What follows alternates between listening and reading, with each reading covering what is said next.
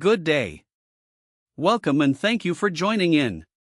The purpose of this video is to establish a channel to independently report on larger strategic aspects of the war in Ukraine and other geopolitical developments. This video will comprehensively discuss the background to the war, the context, and analyze the war goals that exist for both Russia and Ukraine.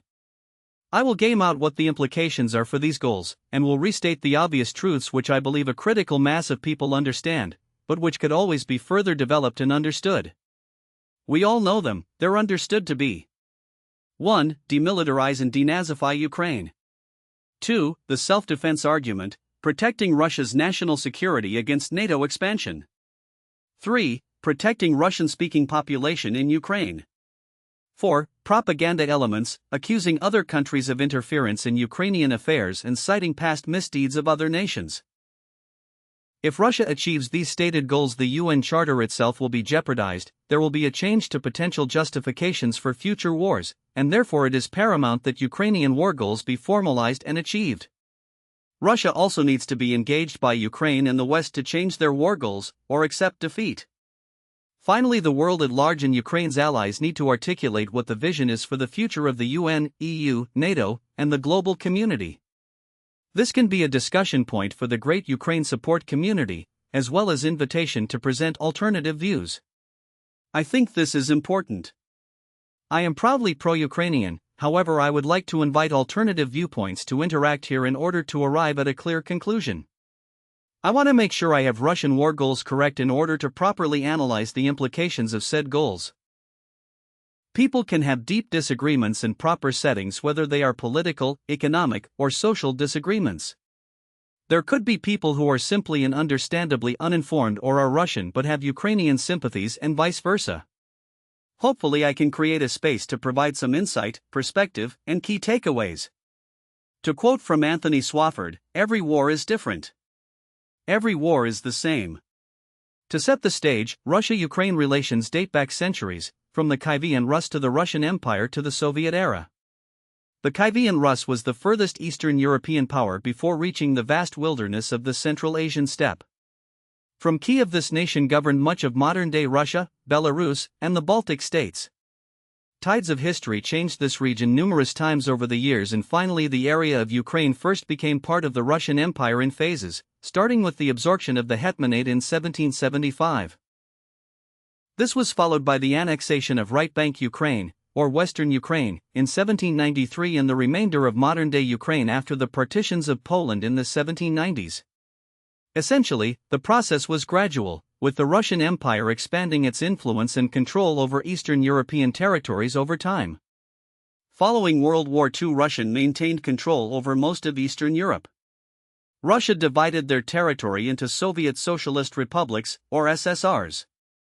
Each republic had its own party branch, but the Politburo and Central Committee of the CPSU in Moscow had overriding power and exercised strict control. On August 24, 1991, following a failed coup in Moscow, Ukraine's parliament declared independence. This was confirmed by a national referendum on December 1, 1991, in which over 90% of Ukrainians voted in favor. Russia recognized Ukraine's independence on December 5, 1991, and formally established diplomatic relations on February 14, 1992. The Budapest Memorandum on Security Assurances was signed on December 5, 1994 by Ukraine, Russia, the United States, and the United Kingdom. In exchange for giving up its nuclear weapons, the third largest arsenal in the world at the time, Ukraine received security assurances. The signatories promised to respect Ukraine's independence and sovereignty. Refrain from using force or threats against Ukraine. Not use economic pressure to influence Ukraine's policies. Seek UN Security Council action if Ukraine faced threats with nuclear weapons. There have been no accusations of violations of this agreement cited by Russia. Fast forward to November 2013 as the Euromaidan Revolution, also known as the Revolution of Dignity, began. It started as a series of peaceful protests in Kiev's Independence Square, sparked by President Viktor Yanukovych's decision to suspend preparations for signing an association agreement with the European Union, opting instead to strengthen ties with Russia. The government's rejection of the EU deal outraged many Ukrainians who favored European integration and reform. Protests were initially student-led. The movement grew after violent police crackdowns on peaceful protesters. Public outrage swelled, and hundreds of thousands took to the streets. Protesters demanded Yanukovych's resignation, an end to corruption, human rights reforms, and a move toward European democratic standards. Confrontations between protesters and security forces turned deadly. Dozens of protesters, known as the Heavenly Hundred, were killed mostly on the 20th of February, 2014. Finally, remember the date, Yanukovych fled to Russia on February 22, 2014, and a transitional government took over. Shortly afterward, Russia annexed Crimea, and conflict erupted in eastern Ukraine. Elections were brought forward from March 2015 to May 2014, where Petro Poroshenko won the election after he campaigned as a pro-European, reform-oriented candidate with a strong stance on national unity and opposition to Russian aggression. Russia has consistently accused the United States of meddling in Ukraine's internal affairs. Russia claims the United States orchestrated or heavily supported the Euromaidan protests that led to Yanukovych's removal, citing frequent visits by senior United States officials, notably Victoria Nuland, Assistant Secretary of State, and Senator John McCain to Kiev during the protests. The Nuland-Pyatt phone call, leaked in February 2014, in which Nuland and United States Ambassador Jeffrey Pyatt discussed preferred figures for Ukraine's post-revolutionary government.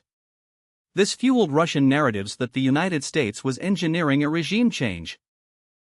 While the call revealed that the United States was deeply engaged in Ukraine's political crisis, it did not provide any evidence whatsoever that the United States orchestrated a coup. However, it became a central piece of Russian justification for the war. Russian officials also claimed United States agencies like USAID and National Endowment for Democracy were funneling money to opposition groups and NGOs to undermine pro-Russian leadership. In reality, the United States did fund democracy promotion and civil society programs, but these were publicly declared illegal under international development frameworks. Being honest about it, a State Department spokesperson's phone call to the US ambassador to Ukraine during an election campaign discussing who they hoped would win does not cause hundreds of thousands of people to take to the streets. So any suggestion that this revolution was orchestrated by foreign powers or represented a threat to Russia are patently false. This is key to establishing that Russian war goals are illegitimate. From 2014, the United States began supplying non-lethal aid to Ukraine, including both military aid and humanitarian aid. From 2014 to 2021, the U.S. supplied Ukraine with $3.05 billion in military aid and $3.65 billion humanitarian aid, but the military aid was limited to flak jackets, small arms, night vision, and communications equipment until 2017. By 2017, the conflict had killed over 10,000 people and showed no signs of resolution. Ukraine's military needed more effective tools to deter Russian-backed forces. President Obama had resisted providing lethal aid, fearing escalation with Russia, but the Trump administration took a more confrontational stance and began sending lethal military aid, including Javelin missiles. The National Security Council, led by officials like H.R. McMaster and Defense Secretary Jim Mattis, supported arming Ukraine to strengthen its defense capabilities. The United States Congress had been pressing for lethal aid for years, as Ukraine was viewed as frontline in countering Russian aggression and upholding the post-Cold War European security order. By 2017, Ukraine had also made progress in reforming and modernizing its armed forces with Western support. This reassured the United States that weapons would be used responsibly and not diverted or misused. The delivery of javelins marked a significant turning point in the conflict. Supplying advanced defensive weapons like javelins was a way to raise the cost of further Russian incursions without signaling offensive intent. Despite two ceasefires under the Minsk I and II agreements, fighting continued. Elections were held in Ukraine again on March 31, 2019. As none of the 39 candidates on the ballot received an absolute majority of the initial vote, a runoff was held on April 21 between the top two vote-getters. Volodymyr Zelensky, a television personality, and incumbent Petro Poroshenko. Volodymyr Zelensky won the election on a platform centered on anti-corruption, political reform, and a break from Ukraine's entrenched elite. It was part of his campaign under the newly formed Servant of the People Party. In December of 2019, President Zelensky met with President Putin at the Normandy summit in Paris.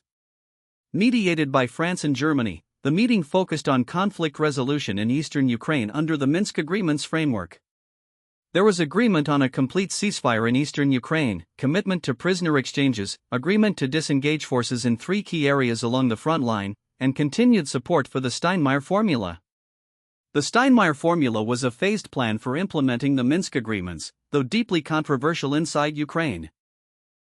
The proposal would have Ukraine grant special status for Donbass, which would allow temporary special self-governance status to the occupied territories of Donetsk and Luhansk on the day of local elections held under Ukrainian law and monitored by the OSCE, or Organization for Security and Cooperation in Europe.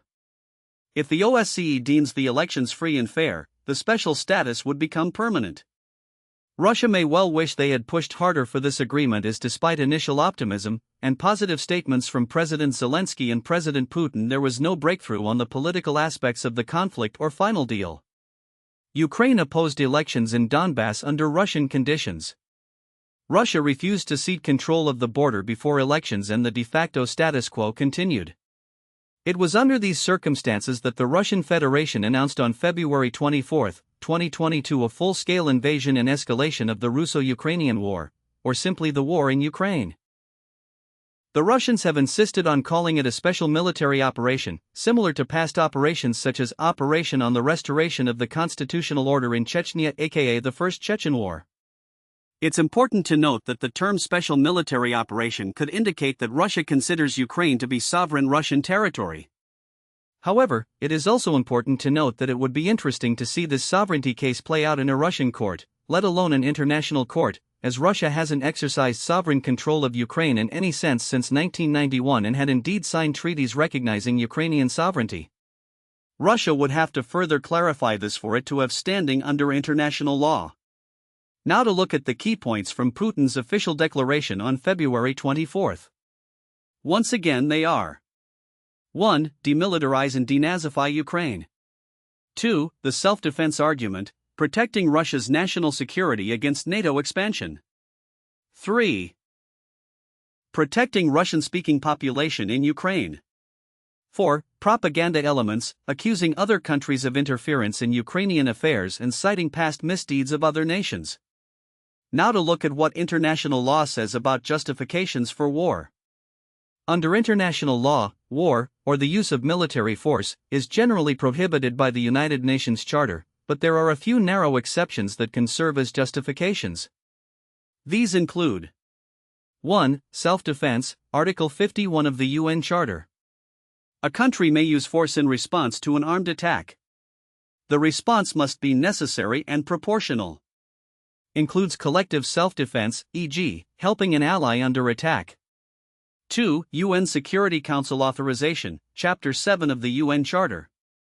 The UN Security Council can authorize military force to maintain or restore international peace and security.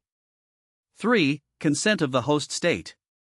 A state can invite foreign military forces to operate within its territory.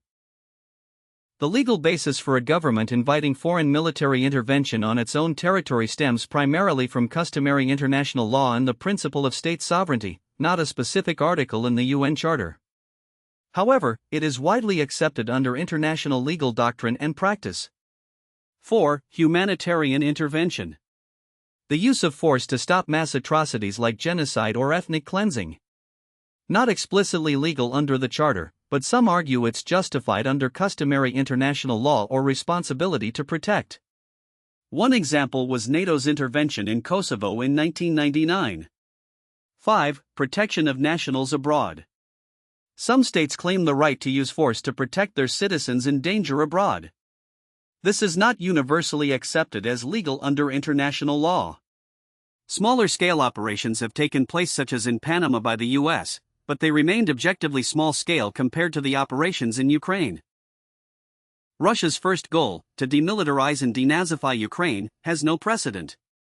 It would seem to mean that Russia would eliminate or remove politicians they declared as Nazis, and to forbid Ukraine from using their military to resist Russian intervention in this regard.